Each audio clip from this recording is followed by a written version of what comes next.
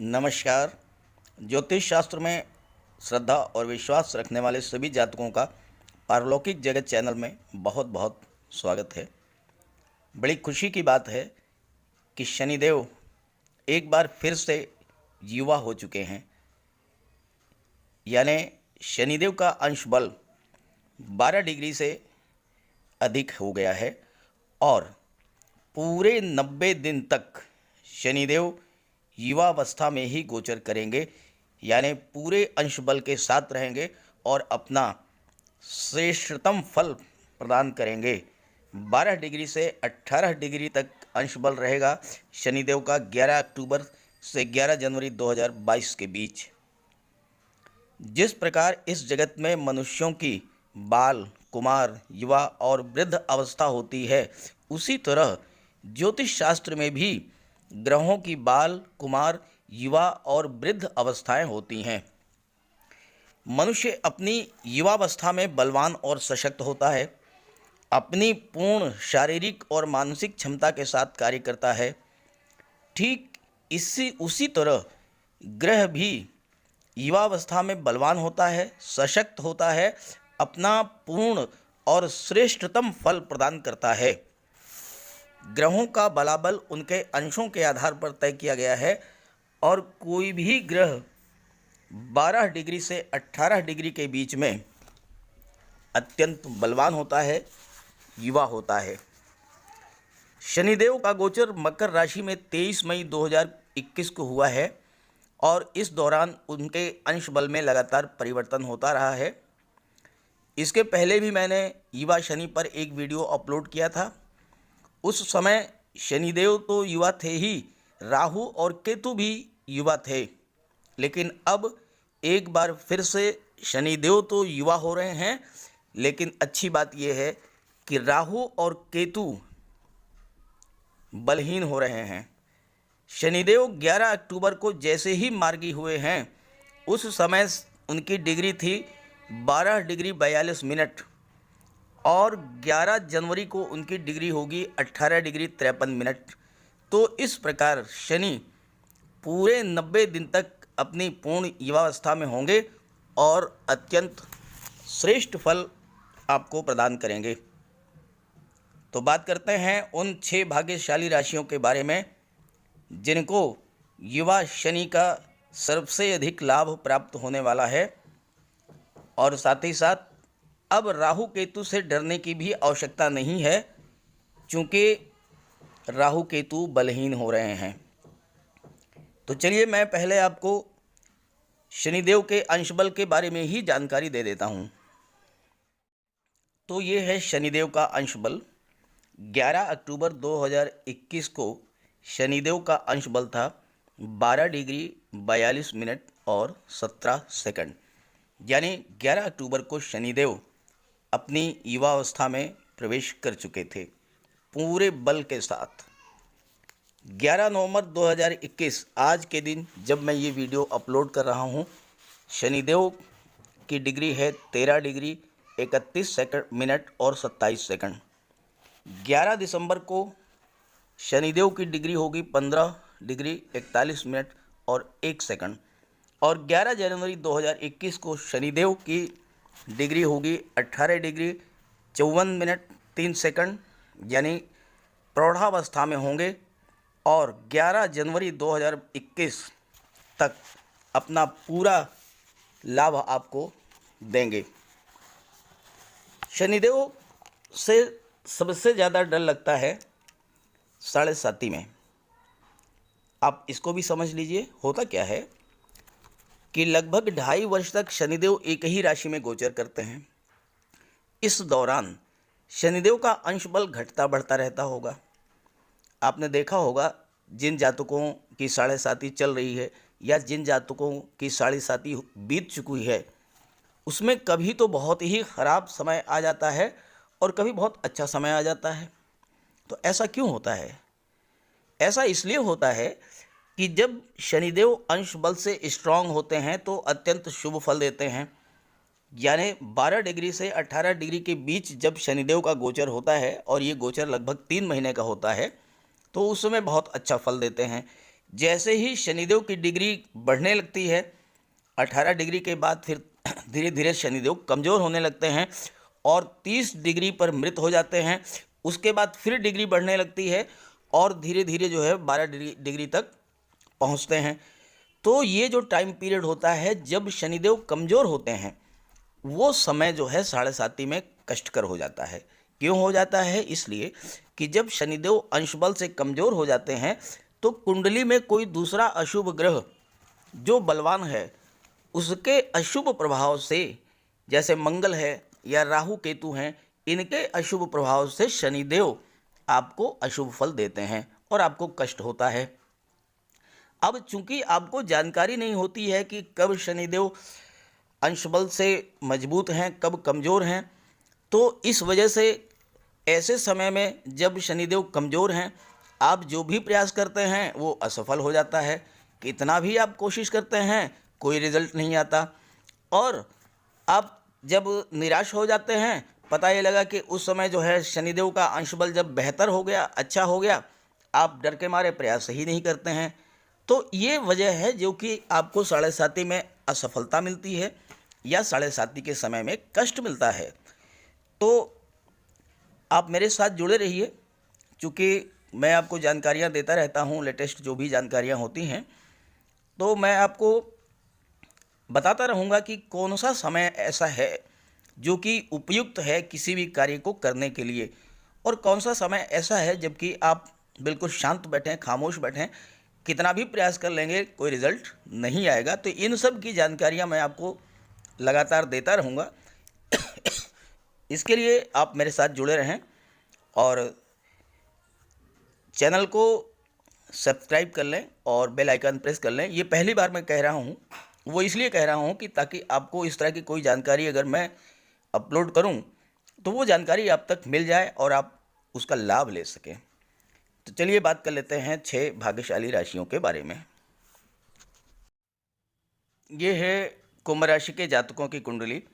हालांकि शनिदेव 11 अक्टूबर से युवा स्थिति में हैं, लेकिन चूंकि ये वीडियो मैं 11 नवंबर को अपलोड कर रहा हूँ, इसलिए 11 नवंबर से 11 जनवरी की ही बात करूँगा। कुंभ राशि के जातकों की साढ़े साती का पहला चरण चल रहा है और शनिदेव का अंश बल 12 डिग्री से 18 डिग्री तक है, यानी कि शनिदेव अपना सर्वश्रेष्ठ फल आपको प्रदान करेंगे। अब आप स्थितियां देखिए। शनिदेव कुंडली के 6ठे भाव, 8वें भाव और 12वें भाव में योग कारक होते हैं, अर्थात 6ठे, 8वें और 12वें भाव के शुभ प्रभाव में वृद्धि करते हैं। शनिदेव का प्रभाव ये होता है कि पहले आपसे परिश्रम कराते हैं और उन्होंने आपसे परिश्रम कराया और अब उस परिश्रम का फल मिलने का समय आ गया है।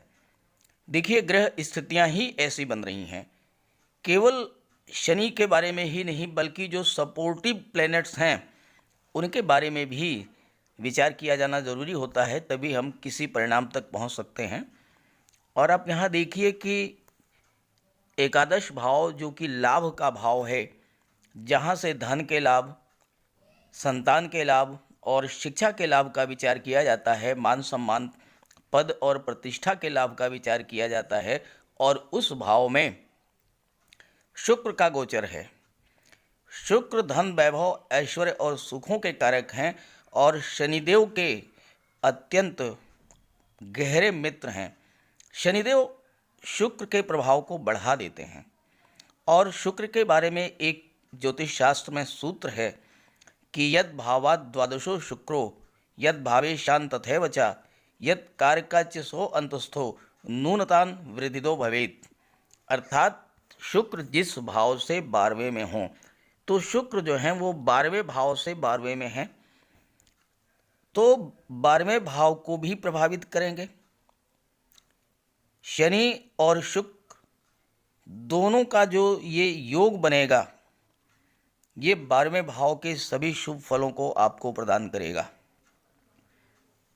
12वां भाव विदेश का होता है और आपको विदेश से प्रबल धन लाभ होगा।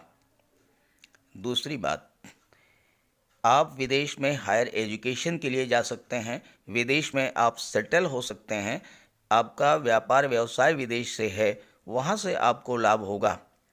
और विशेष करके अगर आप शनि से संबंधित कोई भी कार्य कर रहे हैं, जैसे कि आप कोई कंस्ट्रक्शन वर्क करते हैं या कोई सीमेंट सरिया रेता बजरी का व्यवसाय करते हैं, mines mineral diesel petrol gas का व्यापार व्यवसाय करते हैं, इन सब क्षेत्रों में आपको प्रबल सफलता मिलेगी। साथ ही साथ निर्माण कार्य से संबंध जो भी संस्थाएं हैं, अगर आपको उसमें जॉब कर रहे हैं आप, जैसे कि पीडब्ल्यूडी है, जल निगम है, निर्माण निगम है, विकास प्राधिकरण है, या निर्माण से संबंधित कोई भी कार्यदायी संस्था है, आप उसमें कार्य कर रहे हैं, आप उसमें इंजीनियर हैं, उसमें आप ओवरसियर हैं, उसमें आप कॉन्ट्रैक्टर हैं, तो ये जो 11 जनवरी तक का समय है, इस समय में शनि आपको अपना सर्वश्रेष्ठ फल प्रदान करेंगे। और देखिए, शुक्र जो हैं एकादश भाव में हैं और इसके बाद मकर राशि में गोचर करेंगे तो द्वादश भाव में गोचर होगा शनिदेव का, और उसके बाद जनवरी में फिर बैक होंगे और फिर एक बार से आपके लाभ भाव में ही शुक्र गोचर करेंगे। तो इस तरह से 11 जनवरी तक शनि और शुक्र आपको हर तरह का लाभ प्रदान करेंगे, धन वैभव ऐश्वर्य। और शनि चूँकि ज़मीन के कारक हैं, प्रॉपर्टी के कारक हैं, वाहन के कारक हैं, तो आपको इन सब का भी लाभ होगा। 21 नवंबर को देवगुरु भी आपके लग्न के भाव में गोचर करेंगे और लग्न भाव के स्वामी शनिदेव हैं। देवगुरु और शनिदेव का जो संबंध है वो सम संबंध है, सपोर्ट करते हैं एक दूसरे को। और धन भाव के स्वामी हैं देवगुरु और धन भाव पर शनि की दृष्टि भी पड़ रही है और शनि अत्यंत बलवान है, युवा स्थिति में है। तो शुक्र के द्वारा जो धन आपको प्रदान किया जाएगा वो धन संचित होगा, वो धन आपके पास इकट्ठा होगा, आपका बैंक बैलेंस बढ़ेगा, आप शेयर में, गोल्ड में, प्रॉपर्टी में निवेश करेंगे और ये जो निवेश है ये आपके लिए लाभ देने वाला होगा। शनिदेव की सीधी दृष्टि आपकी कुंडली के छठे भाव पर पड़ रही है और छठे भाव में शनिदेव योग कारक होते हैं। तो शनिदेव पहला कार्य तो यही करेंगे कि आपके रोग ऋण और शत्रुओं से आपको मुक्ति दिला देंगे, कर्ज होगा तो वो उतर जाएगा और साथ ही साथ रोग या विघ्न बाधाएं वो समाप्त हो जाएंगी, क्योंकि शनिदेव अब अत्यंत शुभ फल दे रहे हैं। देखिए, जैसा कि मैंने शुरू में बताया कि अगर कोई ग्रह कमज़ोर होता है तो वो अशुभ फल देता है, लेकिन जब स्ट्रॉन्ग स्थिति में है शनि तो आपको बहुत अच्छा रिजल्ट देंगे। शनिदेव की दृष्टि भाग्य भाव पर पड़ रही है और भाग्य भाव के स्वामी हैं शुक्र। यहाँ भी देखिए, शुक्र और शनि का संबंध बन रहा है और शनि और शुक्र का संबंध जो है वो अत्यंत श्रेष्ठ होता है। शुक्र के प्रभाव में वृद्धि होगी, भाग्य की उन्नति होगी, भाग्य का सपोर्ट मिलेगा। साथ ही साथ नवम भाव धर्म आध्यात्म तीर्थ यात्राओं का होता है, आप इस गोचर काल में तीर्थ यात्रा भी करेंगे और साथ ही साथ धार्मिक स्थलों पर जाकर के देव दर्शन की अगर आपकी इच्छा थी वह इच्छा भी आपकी पूरी होगी। और 21 नवंबर से देवगुरु की दृष्टि आपके सप्तम भाव पर पड़ेगी और जैसा कि मैंने देवगुरु से संबंधित जो वीडियोस बनाए हैं आप उसमें देखिएगा, मैंने बताया है कि देवगुरु संतान और विवाह के कारक होते हैं। तो देवगुरु का जो गोचर कुंभ राशि में है 13 अप्रैल तक, वो 13 अप्रैल तक का समय बहुत ही उत्तम होगा विवाह के लिए, संतान प्राप्ति के लिए, शिक्षा की प्राप्ति के लिए, चूँकि शिक्षा के भाव पर भी देवगुरु की दृष्टि है और उसके स्वामी हैं बुध। तो इस गोचर काल में आपको शनि का भी लाभ मिल रहा है, शुक्र का भी लाभ मिल रहा है और देवगुरु का लाभ मिल रहा है। तो तीन बड़े और श्रेष्ठ फल देने वाले ग्रह आपके सपोर्ट में हैं। इस मौके का आपको पूरा लाभ उठाना चाहिए, ज़्यादा से ज़्यादा लाभ उठाना चाहिए और ज़्यादा से ज़्यादा सफलता प्राप्त करने के योग हैं इस गोचर काल में। आइए दूसरी भाग्यशाली राशि के बारे में बात करते हैं। दूसरी भाग्यशाली राशि है मकर राशि। मकर राशि के जातकों की 7.5 का द्वितीय चरण चल रहा है और शनिदेव का गोचर आपकी कुंडली के लग्न भाव में, केंद्र के भाव में हो रहा है। और शनिदेव चूंकि स्वराशि मकर राशि में ही गोचर कर रहे हैं और केंद्र के भाव में हैं, तो शश महापुरुष राजयोग का निर्माण कर रहे हैं। आप लोग अक्सर ये प्रश्न करते हैं कि राजयोग तो बन रहा है लेकिन उसका लाभ नहीं मिल रहा है। तो उसकी वजह यह है कि जब कोई ग्रह जो कि राजयोग का निर्माण कर रहा है अगर खुद ही कमज़ोर है तो वो अपना पूरा फल कैसे प्रदान करेगा। तो शनिदेव 11 अक्टूबर से अंश बल से बलवान हुए हैं और अब 11 जनवरी तक अंश बल से मजबूत रहेंगे। तो आपको शश महापुरुष राजयोग का पूरा लाभ मिलेगा।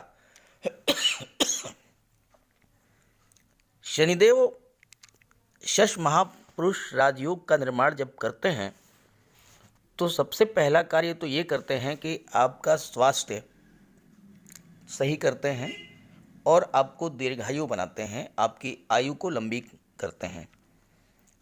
शनिदेव का स्वभाव है परिश्रम कराना, तो आपका स्वभाव परिश्रमी होगा।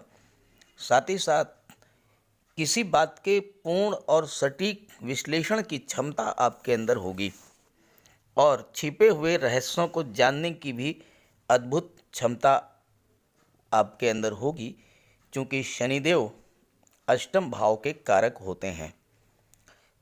शश योग आपको जीवन के हर क्षेत्र में सफलता दिलाएगा। आप जो भी कार्य कर रहे हैं, चाहे वो गवर्नमेंट जॉब हो, चाहे वो प्राइवेट जॉब हो, व्यापार व्यवसाय हो, ज्योतिष हो, शिक्षण कार्य हो, कारपोरेट जगत से आप जुड़े हुए हैं, सभी में आपको उच्च सफलता प्रदान करेगा शश महापुरुष राजयोग।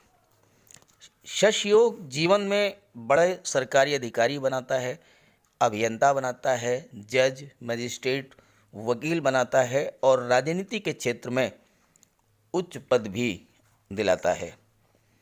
भूमि भवन संबंधी कार्यों में आपको सफलता मिलेगी।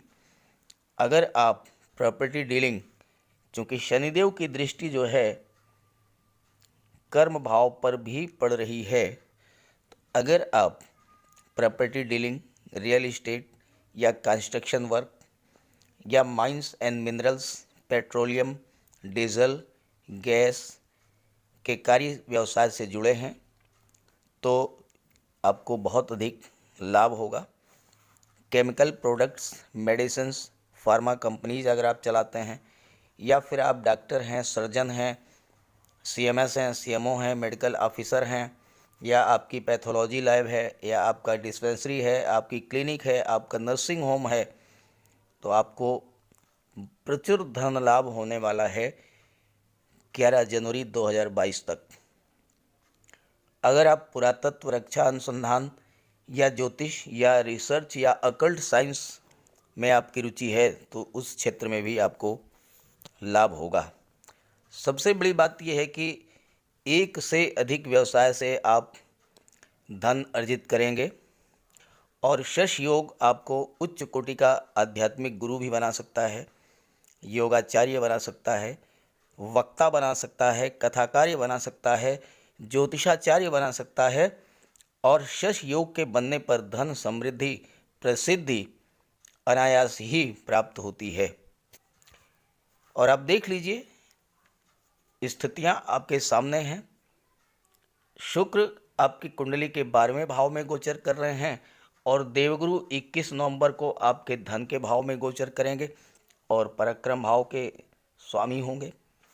शुक्र द्वादश भाव में अति विशिष्ट कारक होते हैं, यानी द्वादश भाव से आपको अत्यधिक लाभ प्रदान करते हैं। द्वादश भाव विदेश का होता है और शुक्र आपको विदेश से धन दिलाएंगे, हवाई यात्राएं आपको कराएंगे और साथ ही साथ विदेश में आप जाकर के सेटल हो सकते हैं, हायर एजुकेशन के लिए जा सकते हैं। और शुक्र धनु राशि में है और इसके बाद शुक्र का गोचर मकर राशि में हो जाएगा दिसंबर के महीने में, और शनि और शुक्र की यहाँ पर युति बनेगी और शनि और शुक्र में बहुत ही गहरी मित्रता है। शनि शुक्र के प्रभाव को बढ़ा देंगे, यानी आपको धन, वैभव, ऐश्वर्य और सुखों की असीमित प्राप्ति होगी शुक्र के प्रभाव से। और लग्न भाव में शुक्र के गोचर से आपको बहुत अधिक लाभ होगा। और इसके बाद फिर जनवरी में शुक्र जो हैं वो द्वादश भाव में ही गोचर कर जाएंगे। तो इस तरह से 11 जनवरी 2022 तक की जो स्थितियां हैं बहुत ही श्रेष्ठ स्थितियां बना रही हैं। शुक्र की शनिदेव की दृष्टि पराक्रम भाव पर पड़ रही है और शनिदेव की दृष्टि पराक्रम भाव पर पड़ने से आपके कार्य करने की क्षमता में वृद्धि होगी। कार्य को आप मन लगा के करेंगे, परिश्रम से करेंगे, मेहनत से करेंगे और इसका परिणाम होगा कि आपको बहुत अच्छे रिजल्ट्स प्राप्त होंगे। और देवगुरु धन के भाव में गोचर कर रहे हैं और देवगुरु मार्गी हो चुके हैं। 13 अप्रैल तक देवगुरु धन के भाव में ही गोचर करेंगे। तो शुक्र के प्रभाव से आपको जितना धन प्राप्त होगा, देवगुरु के प्रभाव से वह धन संचित होगा, इकट्ठा होगा, उसका आप निवेश करेंगे गोल्ड में, प्रॉपर्टी में, शेयर में, और वो निवेश आपके लिए लाभप्रद होगा। साथ ही साथ ये क्रम धन प्राप्ति का लगातार चलता रहेगा 13 अप्रैल 2022 तक। तो स्थितियां आपके पक्ष में हैं, आपके लिए सपोर्टिंग है स्थितियां, इसलिए आप जो है इसका लाभ उठाएं और ज़्यादा से ज़्यादा सफलता प्राप्त करें, धन अर्जित करें। और एक बात यहाँ पर यह भी कहना चाहता हूँ कि देवगुरु पंचम भाव के कारक होते हैं और पंचम भाव के स्वामी हैं शुक्र।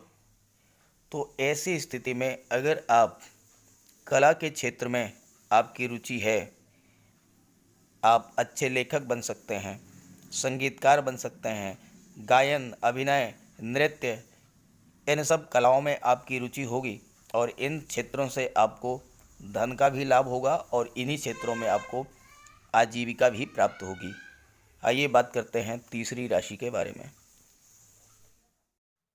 धनु राशि के जातकों के लिए शनिदेव का गोचर कुंडली के धन भाव में हो रहा है। धनु राशि के जातकों की 7.5 की अंतिम चरण चल रहा है। शनि को लेकर जनमानस में बहुत सारा डर है और भ्रांतियां हैं। डर होना भी चाहिए क्योंकि ये डराते हैं। जब जब जीवन में शनि की 7.5 ढैया, महादशा या अंतर्दशा आती है तो जीवन में उथल पुथल तो मचती है, लेकिन अगर आप ये जान जाएंगे कि ये परेशान किस अवस्था में करते हैं और ये क्या चाहते हैं तो आपके मन का डर खत्म हो जाएगा।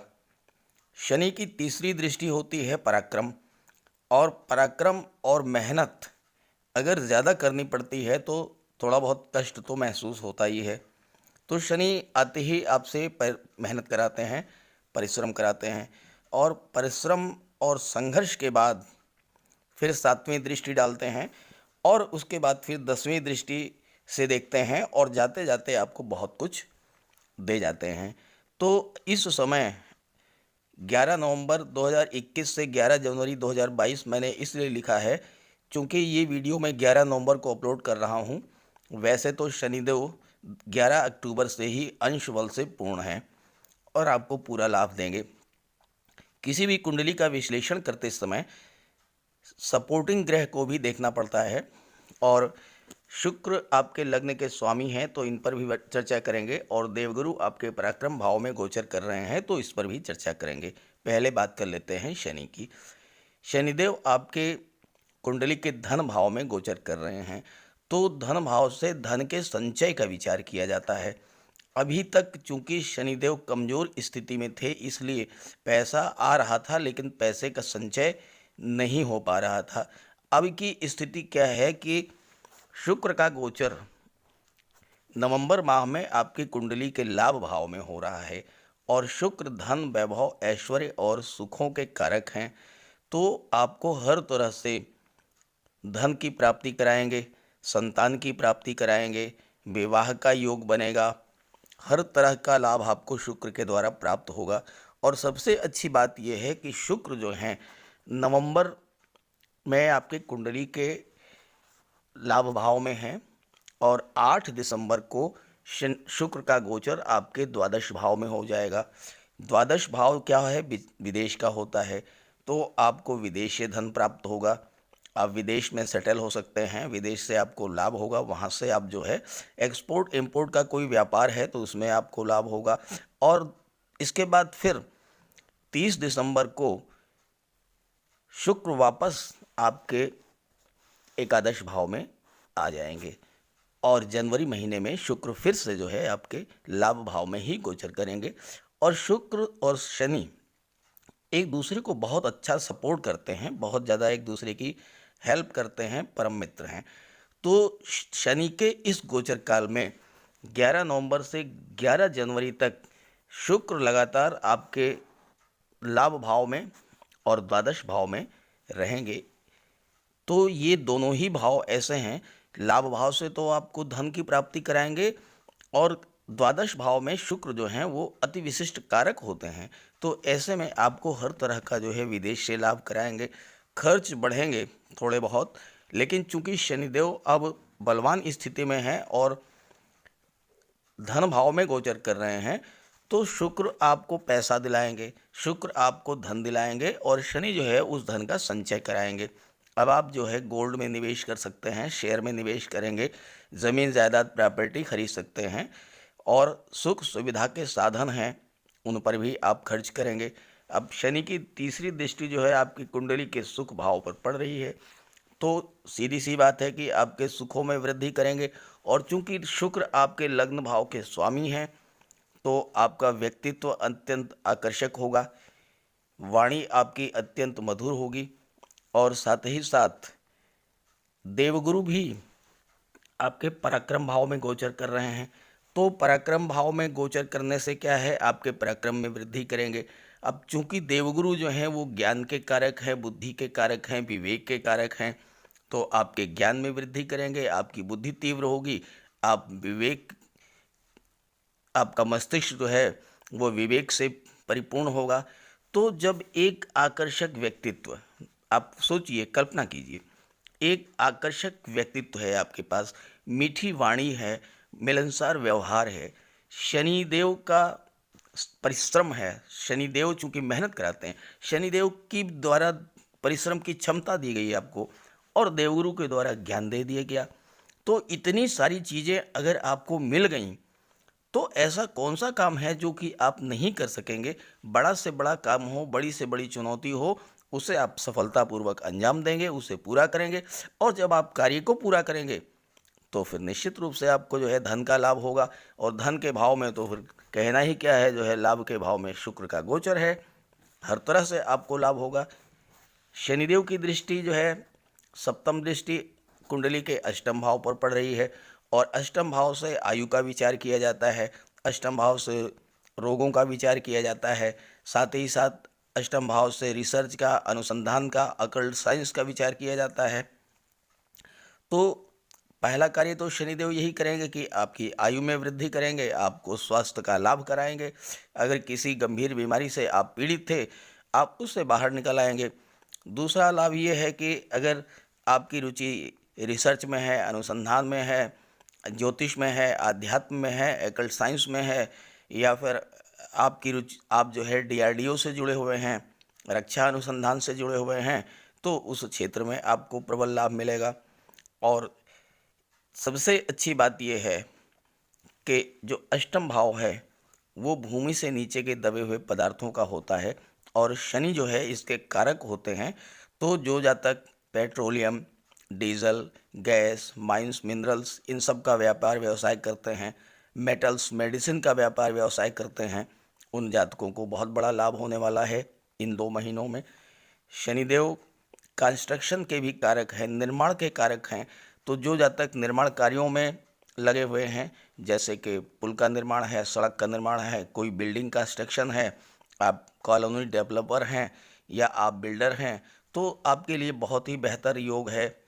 और साथ ही साथ जो है चिकित्सा के भी कारक हैं शनिदेव। तो जो जातक चिकित्सा जगत से जुड़े हुए हैं और कुंडली का द्वादश भाव जो है ये अस्पताल का होता है और यहाँ पर शुक्र अति विशिष्ट कारक होते हैं।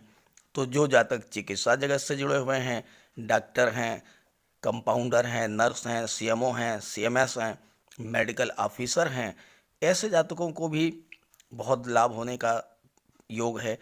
अगर आपकी खुद की कोई नर्सिंग होम है, आपका कोई क्लिनिक है, कोई आपकी पैथोलॉजी लैब है, मेडिकल स्टोर है, तो भी आपको बहुत बड़ा लाभ होगा। कुल मिलाकर के ये है कि शनिदेव अब आपको बहुत कुछ देने जा रहे हैं और चूंकि ये समय बहुत ही श्रेष्ठ है, शनिदेव पूरे अंश बल के साथ हैं, इसलिए आपको पूरा लाभ प्रदान करेंगे। और शनिदेव की दशम दृष्टि जो है अपने मित्र शुक्र की राशि पर पड़ रही है, एकादश भाव पर। तो यहाँ भी जो है आपको हर तरह का लाभ देंगे। शनिदेव का गोचर भी है, शनिदेव तुला राशि में गोचर कर रहे हैं, तो धनु राशि में गोचर कर रहे हैं। शुक्र जो है इसके स्वामी हैं और शनिदेव की दृष्टि पड़ रही है, तो आपको हर तरह का लाभ होगा। अब आइए बात कर लें उपाय और सावधानियां। चूँकि वीडियो काफ़ी बड़ा होता जा रहा है, इसलिए 3 राशियों पर ही इस वीडियो में चर्चा कर पाएंगे। अगले वीडियो में बाकी राशियों के बारे में चर्चा करेंगे। बात करें उपाय और सावधानियों के बारे में, तो शनिदेव के लिए आप ऐसा कोई कार्य मत कीजिए जिससे वो नाराज़ हों। जैसे कि झूठ है, छल है, कपट है, फरेब है, बेईमानी है, आलस्य है, लापरवाही है, स्लैकनेस है, ये सारे कार्य जो हैं शनिदेव को पसंद नहीं है, तो ये मत कीजिए। दूसरे, किसी भी गरीब व्यक्ति को कष्ट मत दीजिए। कोई भी दीन दुखी, असहाय, लाचार, दिव्यांग व्यक्ति आपके पास आता है, तो आप उसकी जो मदद हो सकते हैं कर सकते हैं वो कीजिए। नहीं कर सकते हैं तो उसको जो है श्रद्धापूर्वक मना कर दीजिए, लेकिन उसका कोई अपमान मत कीजिए, उसे किसी तरह का कोई कष्ट मत दीजिए और उसे जाने दीजिए। और अगर आप कर सकते हैं तो धन से मदद कर दीजिए, या उसका कोई काम ऐसा है जो कि आपके सहयोग से हो सकता है। चूँकि शासन प्रशासन में, राजनीति में दखल रखने वाले जो गणमान्य व्यक्ति हैं उनसे आपके संबंध अच्छे होंगे, तो अपने संपर्क सूत्रों का लाभ लेते हुए अगर किसी गरीब व्यक्ति का कोई काम आप बना देते हैं, तो शनिदेव आपसे अत्यंत प्रसन्न होंगे। और शनिदेव जब आपसे प्रसन्न होंगे तो बहुत कुछ आपको देंगे। इसके अलावा आप शनिदेव को पीपल के वृक्ष के नीचे एक सरसों के तेल का दीपक जला करके शनिवार के दिन उनकी उपासना कीजिए। शनिवार के दिन सरसों के तेल का आप दान कर सकते हैं, लेकिन ध्यान रखें कि शनिवार के दिन सरसों का तेल खरीदिएगा नहीं, एक दिन पहले खरीद करके रख लीजिएगा और शनिवार के दिन आप सरसों के तेल का दान कर दीजिए। गरीबों की मदद कीजिए, पीपल के वृक्ष के नीचे दीपक जलाइए सरसों के तेल का, उनकी आराधना कीजिए। ये सब आप कीजिएगा तो शनिदेव आपकी पूरी तरह से मदद करेंगे, आप पर अब उनकी कृपा बरसेगी और आपको बहुत बड़ा लाभ होगा। तो इसी भावना के साथ आप सभी का बहुत बहुत धन्यवाद। नमस्कार।